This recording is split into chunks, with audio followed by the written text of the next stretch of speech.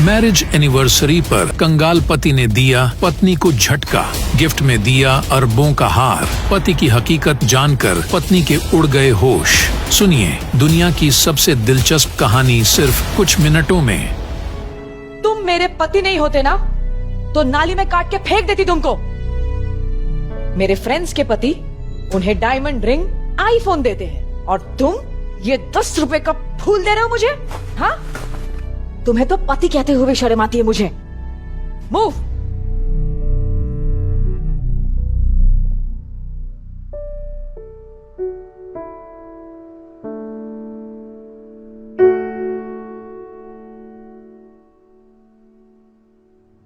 अनिका ने अपने पापा के कहने पर नक्श से शादी तो कर ली थी, मगर जब उसे पता चला कि उसका पति कोई अमीर बिजनेसमैन नहीं बल्कि झोपड़पट्टी में रहने वाला एक गरीब लड़का है, तो उसकी आंखें फटी की फटी रह गईं। फिर अनिका ने ये शर्त रखी थी कि घर के बाहर किसी को पता न चले कि नक्श उसका पति है।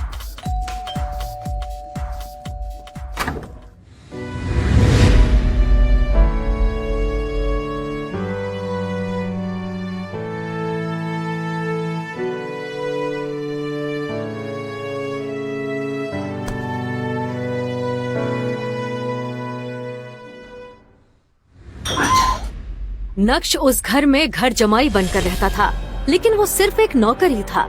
सब उसे जलील करते रहते।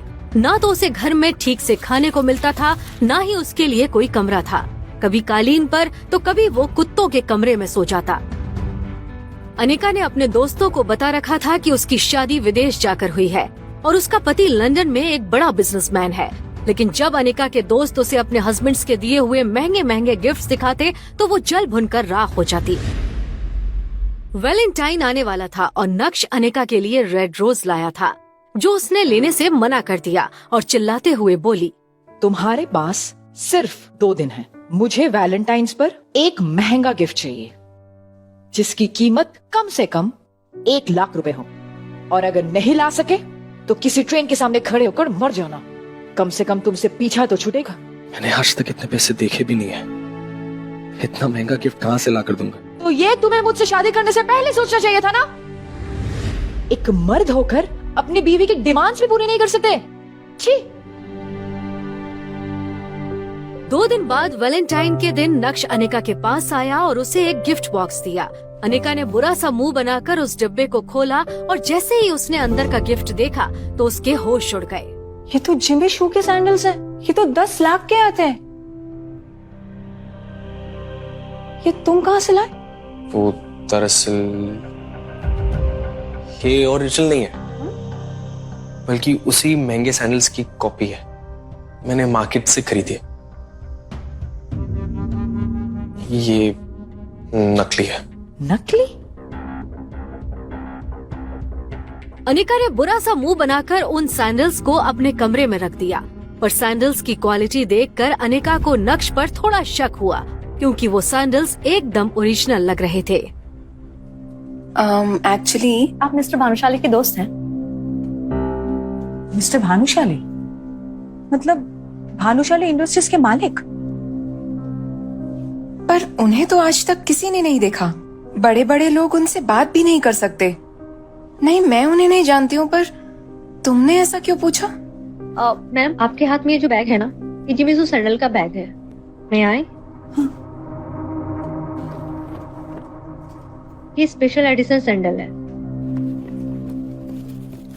मैम। इसकी कटिंग, इसका डिजाइन, इसका लोगो नकली बनाना इम्पॉसिबल है। ये इंडिया में कल दूसरा पीस ही बिका है जो मिस्टर भानुशाली ने खरीदा है। क्या नक्श ही है मिस्टर भानुशाली, या नक्श ने चुराए हैं ये सैंडल्स?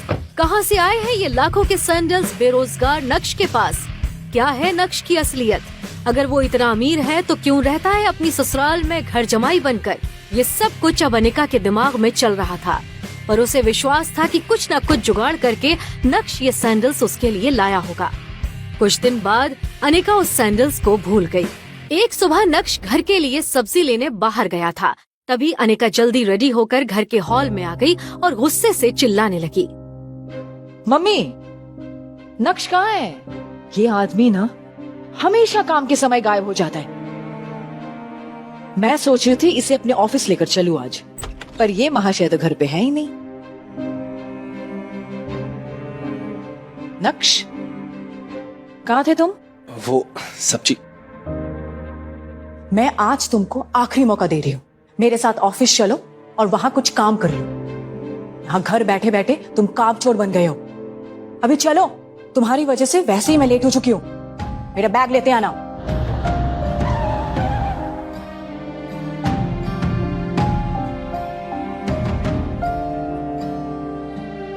ये सब लेकर आओ। हाय विहान। यार अनिका, कहाँ रह गई थी तुम? पता है 1 घंटे से तुम्हारा इंतजार कर रहा हूँ। I am so sorry Vihaan. कुछ लोगों के कारण घर से निकलने में देर हो जाती है। अब इसमें सॉरी की क्या बात है? खैर, ये देखो अनिका, भव्य साची का लहंगा तुम्हारे लिए लाया हूँ। ये वही लहंगा है जो दीपिका ने अपनी शादी में पहना था। तुम्हें अपनी फ्रेंड की वेडिंग पे जाना था ना, अब तुम ये वही पहनना। वाह विहान, ये तुम मेरे लिए लाए हो? हाँ, ये बहुत सुंदर है। Thank you so much for your gift. इसमें थैंक यू की क्या बात है? तुम्हारे सामने ये कुछ भी नहीं। मैंने अपने दोस्त से सीधा बोल के इसे डिजाइन करवाया। पूरे 20 लाख का है ये lehenga. Oh my god, 20 lakh! Vihaan, मुझे बिल्कुल यही लहंगा चाहिए था। अब देखना, शादी में सिर्फ मेरी चर्चे होंगे कि अनिका ने भव्य साची का लहंगा पहना। सही कहा। और वैसे भी तुम कोई सेलिब्रिटी से कम हो गया। विहान अनिका को इम्प्रेस करने की पूरी कोशिश कर रहा था। अनिका, ये लहंगा नकली है। क्या? ये ओरिजिनल की कॉपी है। ये क्या बक रहे हो तुम? और तुम्हारी हालत देख के तो लगता है कि तुम्हारे पास शर्ट खरीदने के पैसे नहीं है। कभी भव्य साची का नाम भी सुना है और इसे नकली बता रहे हो? ओरिजिनल लहंगे में सिल्क यूज होता है। इसका फैब्रिक भी अलग है और डिजाइन भी अलग। दूसरी बात, इसमें भव्य साची की जो स्पेलिंग है, पहला लेटर कैपिटल में है। असली लहंगे में सब स्मॉल में होते हैं। इस तरह के नकली लहंगे शहर में 5-5 हजार के बिकते हैं। अनिका ने जब ध्यान से देखा तो वो सच में नकली लहंगा निकला और ये देखकर विहान भी चुप हो गया और अपनी सफाई में कहने लगा, मुझे लगता है मेरे दोस्त ने मुझे झूठ बोला है। मैं उसे छोड़ूंगा नहीं। मैंने तुम्हारे लिए ओरिजिनल भव्य साची का लहंगा बनवाया था। अनिका, मैं भला तुम्हें नकली लहंगा क्यों दूंगा? मुझे जाना है, मुझे कुछ काम है।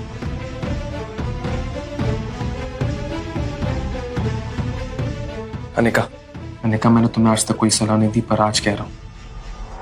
ये आदमी तुम्हें इम्प्रेस करने के लिए नकली और सस्ते गिफ्ट्स ला कर दे रहा है। ऐसे आदमी से तुम्हें बात भी नहीं करनी चाहिए। मैं तुमसे वादा करता हूँ, एक दिन मैं तुम्हारे लिए असली और ब्रांडेड गिफ्ट्स लाऊंगा, और उसके लिए जितनी मेहनत करनी पड़े मैं करूंगा। अपने दिल की बात अनिका के सामने रखने के बाद नक्श ने अनिका के जवाब का इंतजार भी नहीं किया और उसके कैबिन से बाहर निकल गया। 2.5 साल की शादी में पहली बार अनिका को ऐसा लग रहा था कि नक्श उसकी फिक्र कर रहा है, उसे बुरे लोगों से बचा रहा है। नक्श का ये रूप देखकर अनिका चौंक गई थी। आज पहली बार अनिका के मन में ये सवाल उठा था, क्या नक्श को खुद से दूर रखकर मैंने कोई गलती तो नहीं कर दी? ये क्या सोच रही हूँ मैं? विहान मेरा बिजनेस पार्टनर है, अमीर है, सक्सेसफुल बिजनेसमैन है, हमारी कंपनी का मेन इन्वेस्टर। नक्श की इस हरकत की वजह से अगर विहान मेरी कंपनी से बैकआउट कर गया तो क्या होगा? नक्श की वजह से मैं मेरी इतने सालों की मेहनत को जाने नहीं दे सकती। मुझे नक्श की नहीं, मुझे विहान की जरूरत है। ऐसा सोचकर अनिका को नक्श पर और गुस्सा आने लगा। नक्श, ये क्या पागलपन है? हाँ, तुम्हें इतना हक किसने दिया है कि तुम मुझे अपनी बेतुकी सलाह दे सको? Shut up! तुम्हारी हिम्मत कैसी हुई? मेरी गलती थी कि तुम्हें यहां पर लेकर आई। अब तुम यहां से चुपचाप निकल जाओ। Just leave. बेहोश, जाता कहाँ है? सुनना ही नहीं देता क्या? कब से आवाज दे रहा हूं, बहरा है क्या? तूने मेरे ही सामने मेरे गिफ्ट का मजाक कैसे उड़ाया? और तू खुद को भी बेच देगा ना, तब भी वैसा गिफ्ट नहीं खरीद पाएगा। और दूसरी बात, तुझे तेरी औकात पता होनी चाहिए।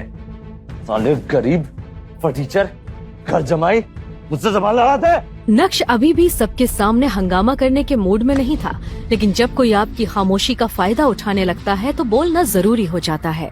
पहली बात, जो पीछे खड़ी है ये मेरी बीवी है, तो अच्छा होगा कि तुम इससे दूर रहो। दूसरी बात, मेरी बीवी को तुम जैसे इंसान से गिफ्ट्स लेने की जरूरत नहीं है, मैं उसे खुद लाकर दे सकता हूं। तो अपने ढोंगी दिखावा बंद कर। और हाँ, तीसरी बात, जब जेब में नोट ना हो तो चिल्लर बजाकर दिखावा नहीं करते। इसी के साथ नक्श ने विहान को एक बाजू धकेला और ऑफिस से बाहर निकल गया। तमाशा खत्म होने के बाद अनिका भी ऑफिस के अंदर चली गई। अनिका गुस्से से आग बबूला हो रही थी। उसकी जलती आंखों के सामने सिर्फ नक्श का चेहरा घूम रहा था और वो जितना नक्श के बारे में सोच रही थी उसका गुस्सा उतना ही बढ़ता जा रहा था।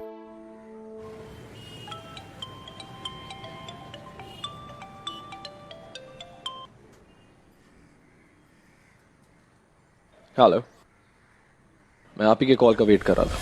आज मैंने तुम्हारी मीटिंग एक खास इंसान से फिक्स की है। एड्रेस मैसेज कर दिया है और मैं चाहता हूं कि तुम एक बार उनसे मिल लो। ये 200 करोड़ की डील है और जब तक आप ये डील फाइनल नहीं करेंगे तब तक हम ये प्रोजेक्ट नहीं लेंगे। ठीक है, मुझे किसी मिलने में कोई तकलीफ नहीं, लेकिन उससे पहले आपको मेरी 2 और शर्तें पूरी करनी पड़ेगी। सबसे पहले मुझे आज के आज भव्या साची का लहंगा चाहिए जिसकी कीमत 1 करोड़ हो, और दूसरी मैं आपको व्हाट्सएप कर रहा हूँ। ये शर्त भी उतनी ही खास है, और हाँ, काम हो जाना चाहिए। ओके। फोन रखते ही नक्श ने देखा कि उसे व्हाट्सएप पर एक एड्रेस आया था। वो एड्रेस गोल्डन पार्क सोसाइटी का था, जहां उसे मीटिंग करने जाना था। गोल्डन पार्क सोसाइटी सूरत ही की नहीं बल्कि गुजरात की सबसे लग्जूरियस सोसाइटीज में से एक थी। लेकिन नक्श किससे मिलने जा रहा है इस बात की उसे कोई जानकारी नहीं थी। नक्श टैक्सी को पकड़कर गोल्डन पार्क सोसाइटी की तरफ निकल गया। उस सोसाइटी में सूरत के ही नहीं बल्कि गुजरात के सबसे अमीर लोग रहते थे। शहर के अमीर लोग वहां आया जाया करते थे। नक्श जैसे ही अंदर जाने के लिए आगे बढ़ा तो उसके पुराने कपड़े, पैर में चप्पल देखकर सिक्योरिटी गार्ड ने उसे गेट के बाहर ही रोक दिया। फटीचर, कहाँ गुस्सा चला आ रहा है? वो मुझे अंदर जाना है, मेरी मीटिंग है। अबे साले, झूठ बोलने से पहले ये तो देख लेता कि तेरी हालत क्या हो रखी है। ये गोल्डन पार्क सोसाइटी है, यहाँ शहर के लोग अपनी बड़ी बड़ी कारों में आते हैं और तू भिखारी यहाँ भीख मांगने घुसा रहा है। मैं तुझ जैसे लोगों को बहुत अच्छे से जानता हूँ। चल भाग यहाँ से, चल। ऐसा कहकर गार्ड ने नक्श को जोर से धक्का दे दिया, जिससे नक्श वहीं सड़क पर गिर गया और एक महंगी कार के सामने आ गया। उस कार ने तेजी से ब्रेक लगाए और नक्श गाड़ी के नीचे आने से बच गया। वो कार किसी और की नहीं बल्कि गोल्डन पार्क सोसाइटी के मालिक मिस्टर खन्ना की थी। उन्हें सब रियल एस्टेट किंग कहा करते थे। पूरे गुजरात में बड़ी बड़ी बिल्डिंग्स और सोसाइटी उन्होंने ही बनाई थी। जैसे ही कार में बैठे मिस्टर खन्ना ने ये सब देखा तो वो उतर कर आए और गार्ड पर चिल्लाने लगे। क्या हो रहा है सब? वो भी सोसाइटी के गेट पर? हाँ? पता नहीं, सब करने से हमारी सोसाइटी की रेपुटेशन खराब होती है। देखिए ना सर, ये फटीचर अंदर घुसा चला आ रहा है। इसे रोका तो रुक नहीं रहा। नक्सर, आप यहाँ? सर मुझे माफ कर दीजिए सर, मैंने आपको देखा नहीं। मुझे अगर पता होता आप हैं तो मैं खुद आपको रिसीव करने आता सर। बेवकूफ, जानता है कौन है ये? तूने सर के सामने मेरी इज्जत खराब कर दी। मैं तुझे अभी नौकरी से निकालता हूं। इसमें इसकी कोई गलती नहीं है। मेरी हालत ही कुछ ऐसी है, कोई भिखारी ही समझेगा। लेकिन सर आप यहाँ इस हालत में? मैं आपसे 4 साल पहले जब मिला था तो आप बिल्कुल अलग थे, और अब? मिस्टर खन्ना, कुछ ऐसा हुआ जो मैं आपको बता नहीं सकता, पर हाँ, जल्दी सब कुछ बदल जाएगा। फिलहाल मुझे अंदर एक मीटिंग के लिए जाना है। मैं आपसे फिर बाद में मिलता हूँ। Sure sir.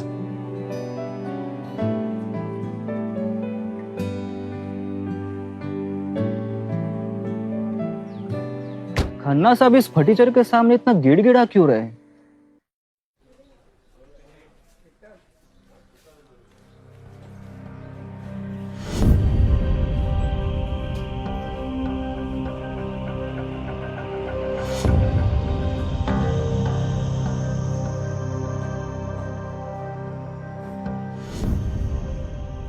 तुमने मुझे पहले क्यों नहीं बताया कि मैं इस इंसान के साथ डीलिंग कर रहा हूं? मैं इस इंसान के साथ कोई मीटिंग नहीं कर रहा। 200 करोड़ तो क्या, मैं इसके साथ 20,000 की भी डीलिंग नहीं करूंगा। कौन था ये इंसान जिससे डर कर छुप रहा था नक्श? क्या नक्श सच में गरीब है? तो कैसे वो 200 करोड़ रुपए की डील कर रहा है? और अगर नक्श अमीर है तो क्यों वो रह रहा है गरीबों की तरह अपने ससुराल में? क्या होगा जब अनिका को पता चलेगी नक्श की हकीकत? क्यों हुई नक्श की शादी अनिका के साथ? मिलेंगे इनसे भी कई मजेदार सवालों के जवाब। बस जानने के लिए अभी सुनिए पॉकेट एफएम की ये पूरी कहानी, इंस्टा एम्पायर, जिसे हिंदुस्तान में सबसे ज्यादा सुना जा रहा है। फ्री कहानी सुनने के लिए अभी नीचे दिए गए इंस्टॉल बटन पर क्लिक करें और पॉकेट एफएम डाउनलोड करें।